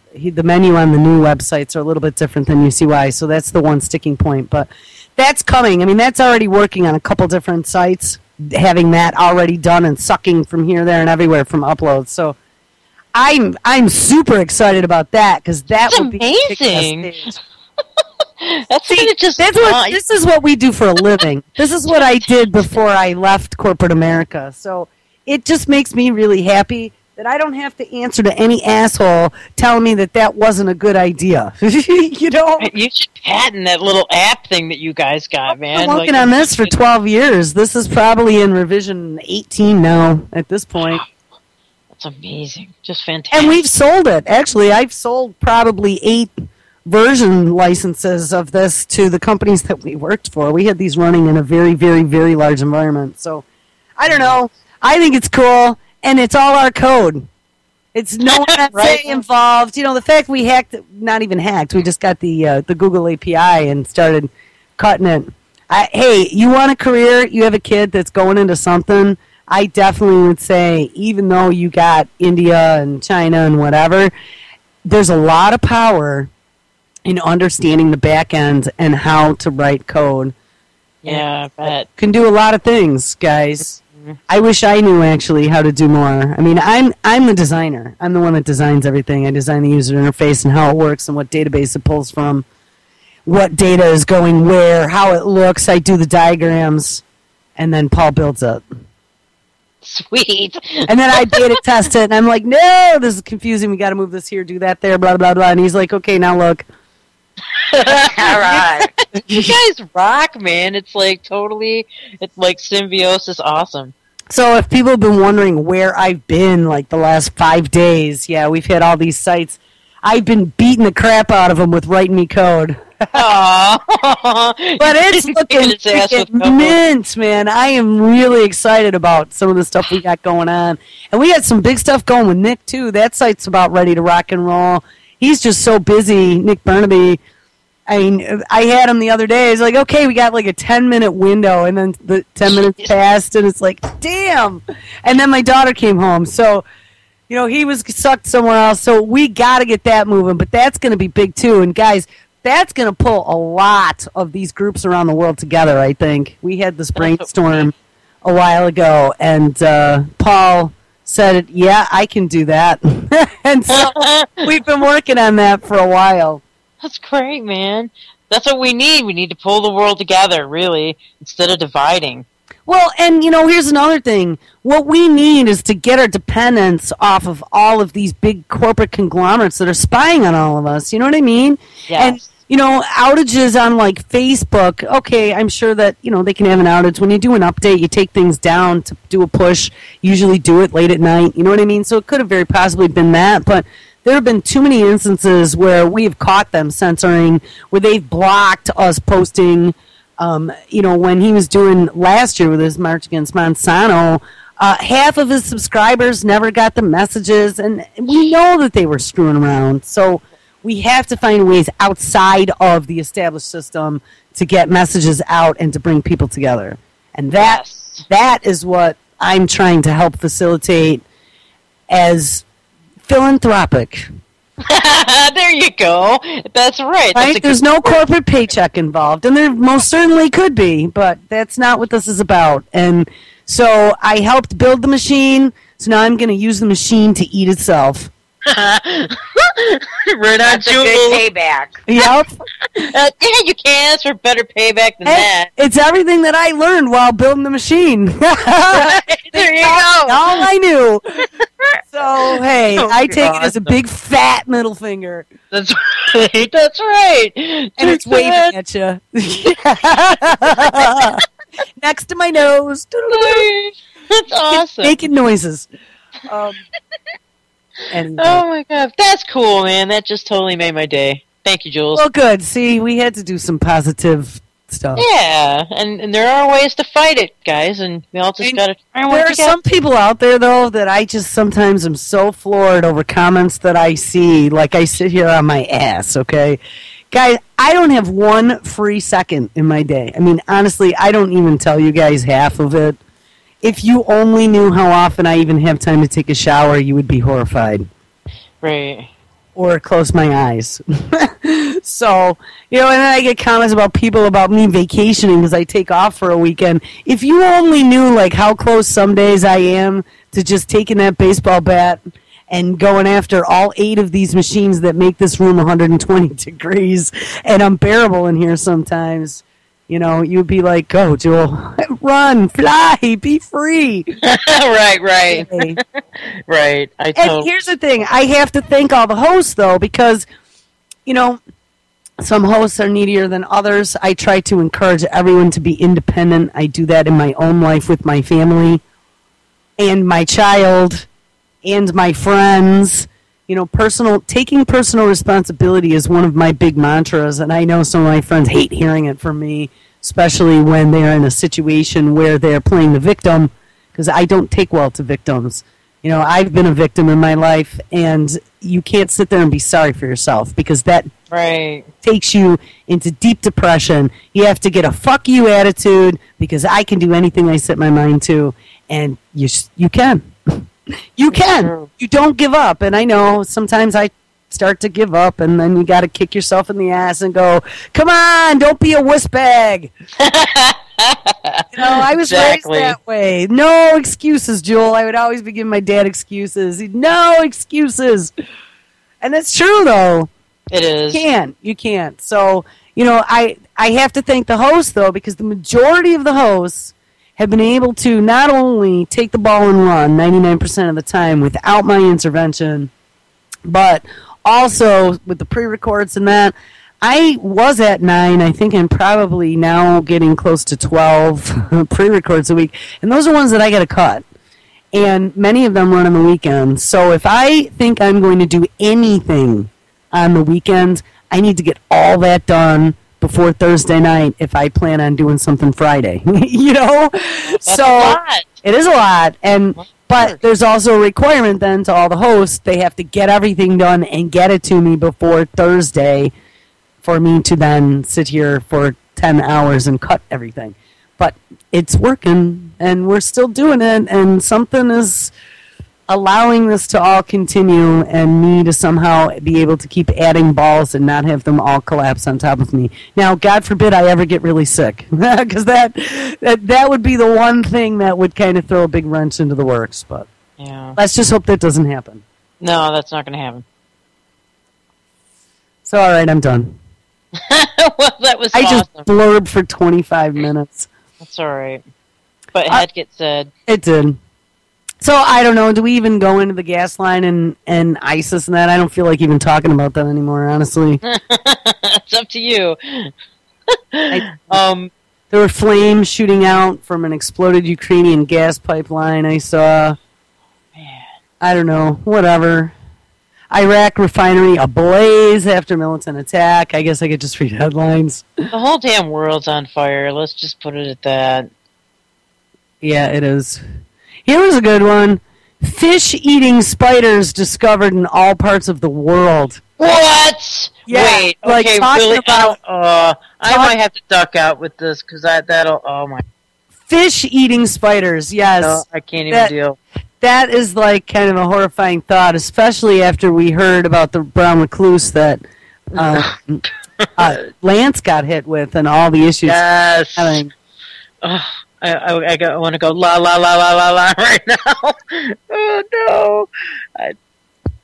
I had no idea such a thing existed, Jules. Me neither. It was a pretty horrifying thought, I thought. There's no video, is there? No, it's just a story. It's not really much of a story. I mean, it's just, I guess, fish-eating spiders discovered in all parts of the world. Spiders are traditionally viewed as predators of insects, but zoologists from Switzerland and Australia have now published a study that shows spiders from all over the world also prey on fish, and they have pictures of it. Honestly, this looks like a brown recluse with looks like a minnow. I mean, we're not talking salmon or trout, but it looks like a minnow, and he's got it hooked in his little fangs. He's sucking on a fish, man. Although viewed by ecologists as the classic predators of insects, researchers have become increasingly aware that spiders are not exclusively insectivorous. I didn't know there was even such a phrase as insectivorous, which that's a UN agenda for us, isn't it? Yes! I'm insectivorous. That's It's uninormous. pretty, I mean, even to eat a shrimp, it's got to be, or a sardine or whatever, it's still got to be pretty big, doesn't it? I guess. Man, I'll drop this in the chat in a second here. uninormous. So you guys can see the picture. Certain larger sized species, so I guess, yeah, they're not little tiny ones, supplement their diet by occasionally catching small fish. This shows a new study by zoologist and spider expert Martin Niffler from the University of Basel, Switzerland, and Bradley Pusey from the University of Western Australia. The researchers gathered and documented numerous incidents of spiders predating fish from around the world. According to their systematic review, spiders from as many as 5 families have been observed predating on small fish in the wild, and 3 more families contain species that catch fish under laboratory conditions. These so-called semi-aquatic spiders typically dwell at the fringes of shallow freshwater streams, ponds, and swamps. These spiders, some of which are capable of swimming, diving, and walking on the water's surface, have powerful neurotoxins and enzymes that enable them to kill and digest fish that often exceed them in size and weight. Quote, the findings of such a large diversity of spiders engaging in fish predation is novel. Our evidence suggests that fish might be an occasional prey item of substantial nutritional importance, says Martin Niffler. And that is the end of the story. Wow. You know, when I grew up on Colorado River, there was these spiders that you always seen on top of the water. You know, they did literally walked on the water. I wonder if that's the same thing.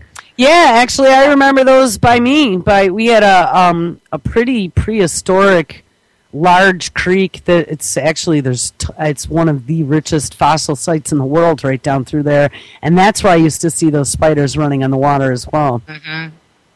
Yeah, their feet had like little suction things on them. I mean, they looked like, and they were like a little bit above. That's a trip. That is a trip. I dropped that in the chat.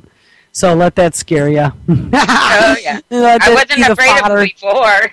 I ain't looking at that, man. I am not looking at that. So what, are they going to genetically alter it so it'll eat people now next? Yeah. No. You're afraid of Bill spiders, Gates, lady. man. Don't give him any ideas. Yeah. Well, I'm still wondering, where in America are they going to test those bananas? You know, they didn't say. They just said, we're going to test it in America on people. But are they going to put them all in, you know?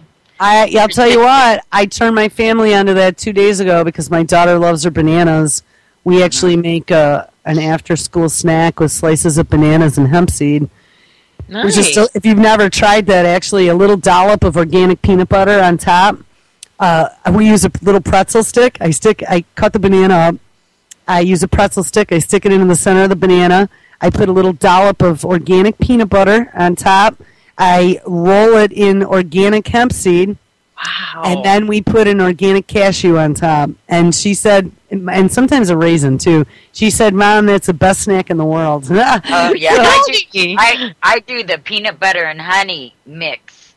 and then dip my banana in it, and that's my breakfast every morning. Yeah, and I mean the crunch from the hemp seed, it just sends it into the atmosphere. Well, plus it's loaded with protein and the omega-3 and 6 oils, and then you got the protein in the peanut butter and the vitamin A. You got in the bananas, you got all of your potassium. It's actually highly nutritious, so it's good. Yeah. But I'll tell you what, at 8 years old, she totally understands GMO inside and out, and she even knows how it works and understands about the BT toxins and what it does, and she tells her friends all about it. I'm like, oh, God. Right, but still, they're going to test the bananas here. Now, most of us eat bananas every day. Are they going to notify people? Are they going to, just throw them out there with the bananas and then watch who buys it? Because they check everything that you do. Well, I'm sure they will. And I'll tell you, though, she went to the grocery store with Paul the other day and came home and told me that she went and found the organic bananas, Mom. Nice. All right. Yeah. But I don't trust the big companies' organic bananas because we're getting them from China. If you can, try and buy local, but then bananas don't grow here. Local. Yeah, so that's you guys remember, too, that story that I read back, already probably like 3-4 months ago about Monsanto coming out with their quote-unquote organic line. Oh, I know. And they said it was crunchy and it was so good. Now, who's going to believe that, man, that it was grown organically? Come on. Well, anyone who doesn't know any better. Anyone who buys into GMO is good for the planet because it's feeding the masses. Mm-hmm. Yeah. I don't know. But I don't find as many people as I used to that don't understand GMOs. I'll run into a few once in a while, but most people know what they are now. So that's the start. I was looking at a clip the other day of these, and it was some African nation, and they were unloading sacks of corn. And I'm just thinking, it's all GMO corn, all GMO. Just going, it's not real food. It's not, I'm just going, oh, man, Bill Gates has really got a plan out for you. Yeah, I stay away from corn completely, but yesterday at the health food store, I got some locally grown corn on the cob, so I bought 2. I'm going to the to the farmer's market as soon as the show's over, too. Right on. Our farmer's market's today, too. Yeah. So. Like later on this afternoon at like 3 o'clock our time. So it's awesome. I got last week, there's this organic lady. She calls herself Ultra Organic or Beyond Organic. And she had these sunflower sprouts. And she was selling the sprouts just, to eat. And I took them home and I tossed like this Bragg's nutritional yeast seasoning on it and a tiny bit of Himalayan salt. Holy crap, that was so good, and it was sprouts. And my energy level, went through the roof, and I was able to, continue on with my class, but it just made me feel so good just to eat that. So I went back and I bought her out. Well, I got some sunflower sprouts right now. I was going to go plant them in the garden, but maybe I'll try that with them. Just sprout them. Sprout them until they get 2. These things had 2 little leaves on either side, and then that was when it got picked. And you know how they sprout quickly? Put them in a paper towel, wet it, and then seal it up in a plastic bag and put it on your water heater. Oh, there you go. And it sprouts within 3 days. The only caution I have with that is that you have chemicals in paper towels and you have chemicals in plastic, especially when it gets to water. Store that no BPA in the plastic and there's no dye or anything in the paper towels. For my sprouting, I have a special roll just for that. Are they bleached? Nope. They're totally clean of all that. They're a lot more expensive, but I reuse them after if my new sprouts haven't torn them up, then I just use that same paper towel over. For like $4, you can get a sprouting jar. That's just like the little grate and the jar, and you can put them in there. I don't know. That's what I use. But broccoli sprouts are great, too, if you guys have ever tried them. The broccoli. I love those. Yeah. I love those. I got a whole giant sprouting kit, actually. So, that's nice. Yeah. I've got sprouts for 2 years up there. Yeah, I never thought, to start eating the sprouts until recently. You could live on sprouts. You Yeah, can you live on sprouts. And the And flowers. hemp seed. And hemp Yes, seed. Yeah, I and get hemp that. seed. But the That's flowers on your squash plants, you can eat those too. I never knew that before, and they're really tasty. Mine are flowering right now. Yeah, they are. Mine are. Stick them in a salad. Mm-hmm. Yeah, or I just chomp on them while I'm in the garden watering and stuff. I just pick them up. Fantastic. When you can see that the fruit is going to start or the vegetable's going to Yeah, start. I was going to say, don't don't chomp on them before it's been fertilized. Right, but as soon as you can see it, that flower's going to die off soon. Then that's when I pick it, after I see that starting up, or else I wouldn't have no squash. Right. Hey, there were a couple other stories I ran across yesterday that I wanted to bring to your attention. There was, I'm sure that you guys have all seen female face cleansing products, Pore Clear. They had all these things with microbeads. My skin's super sensitive, so I can't use any of that crap. It makes my I don't skin. use any of that shit. No, I don't even use soap. I do when I shower, but I typically use just water, hot water on a washcloth. But I guess there has been a ban put on microbeads. First state is Illinois, and it says a ban on microbeads has been put in place after a study found up to 1.1 million of them per square kilometer in America's Great Lakes. What? Yes, in the Great Lakes, guys. Many consumers are not aware, but those little microbeads in our body washes, toothpaste, and facial scrubs are running into oceans, lakes, and rivers by the billions and causing huge amounts of environmental damage. In fact, most of us didn't even realize that they were plastic. I didn't know that. Really? Yeah, I had no idea. Illinois' decision to phase out microbeads by 2019, so we still got years more of microbeads to accumulate, was triggered after a 2013 study by the nonprofit Five Geyer Institute found up to 1.1 million tiny beads per square kilometer in the Great Lakes, an average of 17,000 per square kilometer. To put that into perspective, there are 330,000 plastic beads in a single bottle of clean and clear facial scrub, says Sarah Zhang in Gizmodo. New York and California are now considering similar legislation, and the Netherlands is proposing a ban for Europe. Such companies such as Unilever, Procter & Gamble, and Colgate-Palmolive are also promising to get rid of them. But what is so damaging about these tiny beads? Their size is actually one of the most dangerous aspects, as the microbeads range from 0.0004 to 1.24 millimeters. They are too small and light to be picked up by the water treatment plants, which often filter water by using gravity. And once they are in the waterways, they are the perfect size to be eaten by fish and other aquatic creatures whose stomachs they then clog up. Even so, more plastic contamination, just like our plastic island in the ocean. Even more worrying is the fact that they are also very good at attracting other toxic pollutants such as oils and pesticides, and these toxins can then be passed into the bodies of the sea creatures who eat them, including ones that are eaten by humans and other large fish, which means they can make their way up the entire food chain. Oh, God. Can you believe this? They knew about this. This isn't just some, whoopsie, we've discovered this.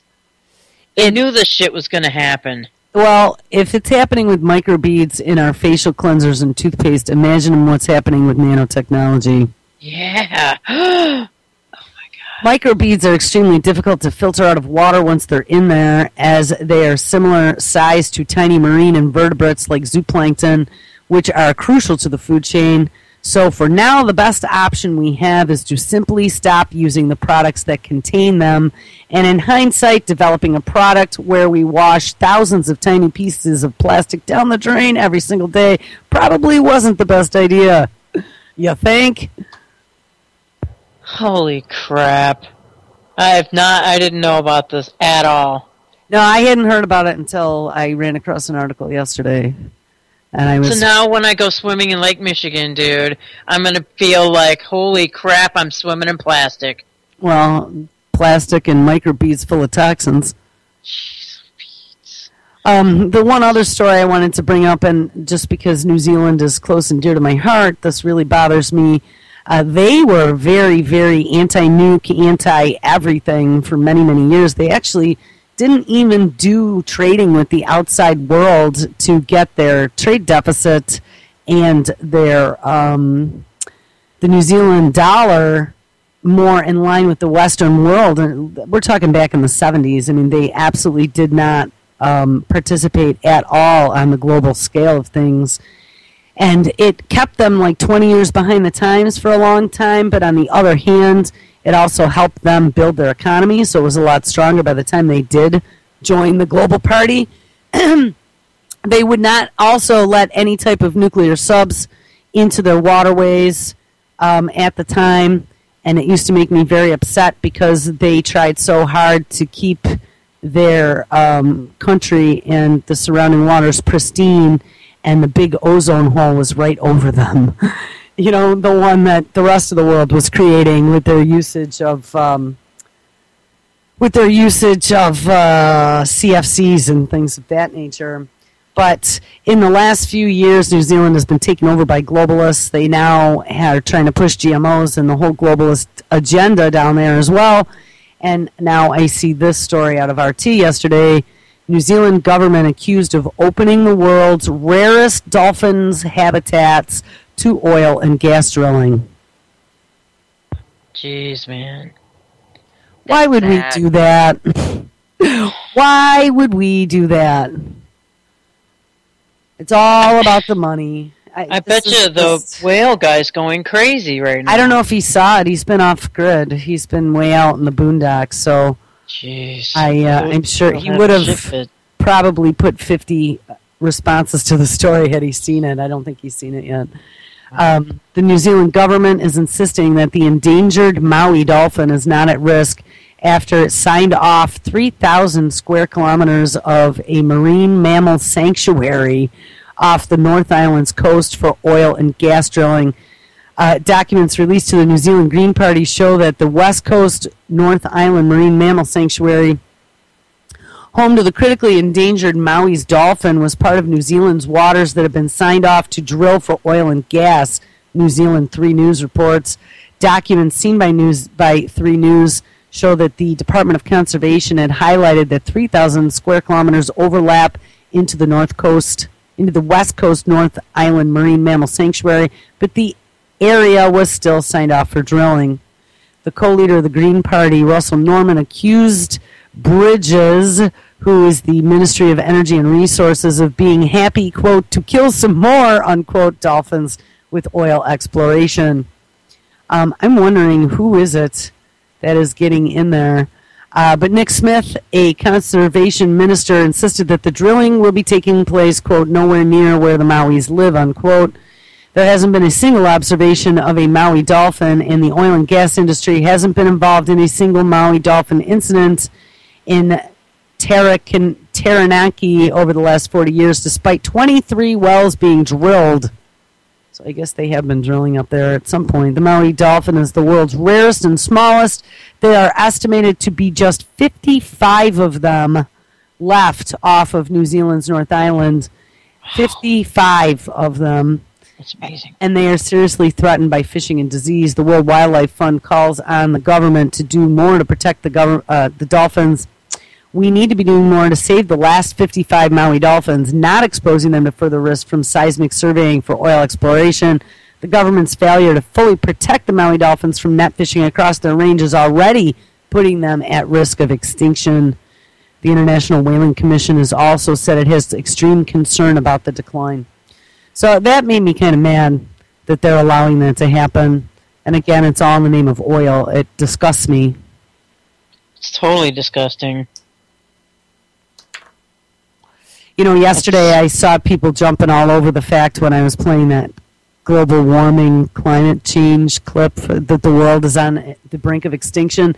There was actually a new brink of extinction clip that came out. That one I played yesterday was probably a few months old, and I'm telling you, we're doing it to ourselves. I mean, it maybe isn't me or you, though it is. We are partly to blame because through not knowing that we've been bamboozled, we are still using products and things that are destroying other things, like Exactly. Exactly. And it just really, really, really makes me angry that there's just no concern for the future of the world for our children. Yep, and it just, same with TEPCO, same with all of it. And yes, the world will correct itself billions of years from now after we're long gone. After it throws us off. Yeah, and the only ones that are left are human-machine hybrids that are planning on being immortal and can upload themselves into a new body anytime they see fit. So, they'll be their own body spaceships at some point and be able to fly outer space without the use of a spaceship and travel from planet to planet, I predict, in the future. Why not? They won't need anything green on this Earth anymore because there won't be anything left green on this Earth.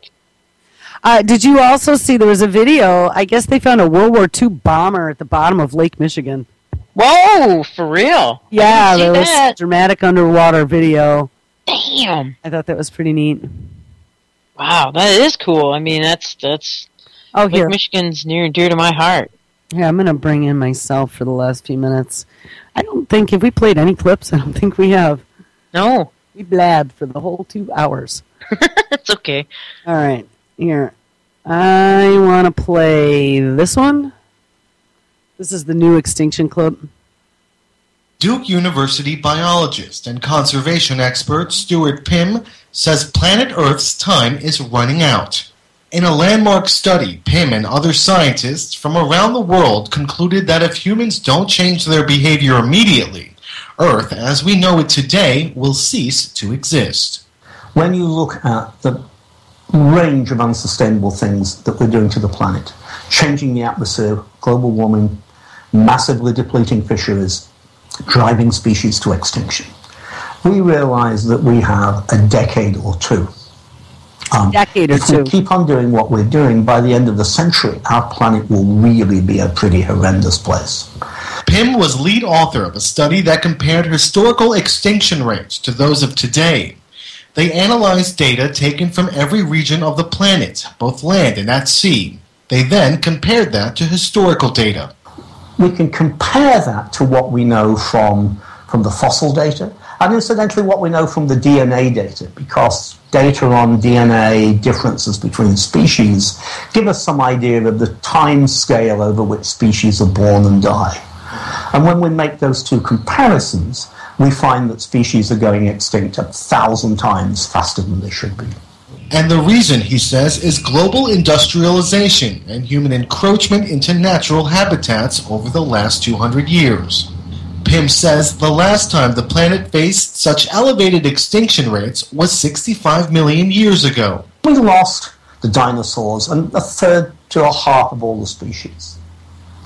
If we continue on the present course, that's how much we will lose, how many species we will lose. And we know after the last time it took 5 to 10 million years to recover. So if we destroy this beautiful planet we have, it isn't going to come back overnight. But while Pym admits the report paints a grim picture, he says it's not all bad news. He says conservationists now have the knowledge and technology to protect endangered species more effectively than ever before, and that targeted efforts could slow down extinction rates in the years to come. He also cites education as a crucial tool in promoting the importance of sustainability. Overall, he says the key lies in making humans part of the solution rather than the cause of the problem. You know, I mean, what gets me so mad, I've been having this argument for the last 4 years with people in this movement. I grew up as a greenie, okay? I'm an animal lover and a nature lover. And there used to be the big argument about, well, you know, but burning gas isn't what's causing this, and anyone who's against, you know, oil drilling is just a shill. Well, no. Here's the thing. I'm not saying that it's you and me in particular that are out to ruin the planet, but these mega corporations that have disregard for anything natural are the ones that built the system that is causing it to happen. Exactly. And it's not just one thing, it's everything. Everything that is going on right now is breaking down this beautiful, finely orchestrated ecosystem that we had on this planet. And when you start knocking one piece out of harmony, it messes up other pieces of the harmony. That's right. I don't care what the reasons are. I don't care whether or not you say we're cooling or warming. I really don't care because it doesn't matter. What matters is that the food chain is damaged. And when the food chain is damaged, the extinctions follow. And the extinction rate of species on this planet are beyond anything they've ever seen before as far as the speed goes. I say we are in big fucking trouble. I agree. I don't think we're going to be able to turn it around, to be honest. I see the next thing, this whole Agenda 21, yeah, it's absolutely a ploy now to make us feel fucking guilty for what the corporations did to now push us into tiny homes and self-driving cars and eating bugs because, there's less methane and whatever. I mean, that's where this is going to end up. We're going to end up having to pay for the damage that these corporations did. And all these fat cats got rich on completely decimating our ecosystem. Absolutely. So you can argue all you want if it's cooling or warming or who's to blame. It doesn't fucking matter. Just like Fukushima. If it's 10 billion becquerels or 10 quadrillion at this point, it doesn't matter. Or our national debt. It doesn't matter. Right. It's the core issue. Look at it from the big picture. There is still a problem. Don't tell me that there isn't a problem. There is seriously a problem. And with all the plankton, I talked about this yesterday, the plankton is dying. Look that up and understand what that means. The plankton is the beginning of it all.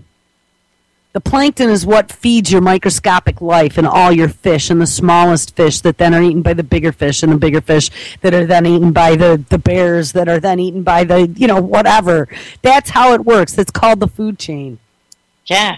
And if there's tiny plankton-sized microbeads floating around everywhere, choking the air off from the plankton, there goes our fresh water. There goes the biggest freshwater source in the entire planet. And the water is a big deal, guys. And they're finding just massive amounts of dead ones, on the shore. I was just reading about that. Oh, California's in a big mess. Read any news. Yeah, pelicans, fish. There's all these rare whales showing up on the coastlines that haven't been seen in generations that are supposedly supposed to be down in the deep waters. So, why are they... Dolphins? Yeah, Dolphins guys, are beaching? The ocean, the lakes, the Gulf, they have polluted it. And, in billions of years, sure, it'll be all fixed. That's not going to help you or me or our kids. Once the water's gone and then all these droughts, take a look at a drought map. I'd say at least 3/4 of the country is in serious drought right now. Northeast isn't. We get tons of rain up here. But everywhere else just about. Doing our food supply, because it's too friggin' cold up here and our growing season is super short. Yeah, and you'll notice it's all those serious droughts are where our food was coming from. Mm-hmm. So, yeah. I know I took a drive down a ways towards Southern California, and it's down by Fresno and down there where they produce, that's all they did was farms. It is desolate. Yeah, so here's the thing, though. People still say humans made it. Yeah, a small amount of humans. And honestly, do you want to live in a world like that where it's dog eat dog, man eat man? Let's kill our neighbor to get something to eat? Because I know I'm not looking forward to that shit.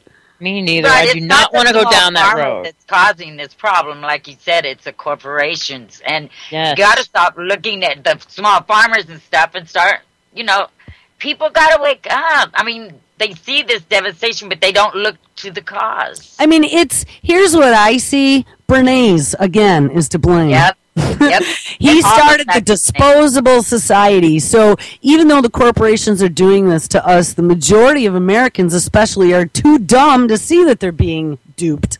I know. They're And the ones that are feeding the monster that are doing this because And they're sick going to of it. continue to go for a swim. Put makeup on before they leave the house and then go swimming in Lake Michigan. Right. God. Right. Would you Because stop it already? It's ridiculous. I don't know. It makes me just so sad because I have a child. If I didn't have a child, I'd probably be like, fuck it, ride the surfboard into the ground and let's party on the way down. That's the way I used to be. I'm telling you, I really didn't give two shits, but I'm telling you now, when you have a kid and you're looking at someday you're not going to be here and your kid's going to be all alone in this world with whatever disaster we left them, it's a pretty horrifying thought. Yes. And with all these controllers that are out there and all the things that they are planning on how to gain control, and the fact that most of us are collateral damage, they really don't care. You're one big fat part of the experiment, and the world is a big fat petri dish, and that's what it's about now. Yep. So, argue all you want, but I'm not budging. And I know, I'm going to tell you what, guys, I'm always right. There you go. I don't know. Perfect way to end the show. I hate to say that, but I am a skeptic, and I pay attention to my thoughts. And the last 20 years, I've been right spot on most of the time. So there's a way to do that. I have a secret. I have a way to do long-term visions. I see things. It's called paying attention. Well, it's called paying attention and connecting the dots. And if you can connect the dots and you figure out how to do that well, you can at least see 100 different possible futures if you just put on the 20-year goggles. And I don't like any of them. Yeah, me neither. I don't like any of them. All right. Well, hey, we did it. Another one down. Another one bites the dust. So tonight is Thursday night. Oh, hey, look, my computer's all locked up. Tonight is Thursday night, so we have, right now, actually, I have to call Mr. Kevin Blanche because Dan is on a hike. Good thing I just remembered that because I would have gone to get my second cup of coffee. Oh. Mr. Kevin Blanche is live up next. We got Mr. Chuck Ocelli coming up live at 6. Vince is on at 8, and Double Cross Radio guys are on at 10 p.m. Eastern. Stick around also for Mr. John Stokes and Mr. Jack Blood at 1 and 3 p.m. Eastern. Thursday night is always fun. So thank you so much for hanging out with us today, ladies. Thank you so much for listening, everybody. And hope I didn't offend anybody because I know that that's like a hot button issue. But hey, I know it's what I see. I'm just sharing with you. Take care, everybody. Thanks, guys. Have a great Thursday.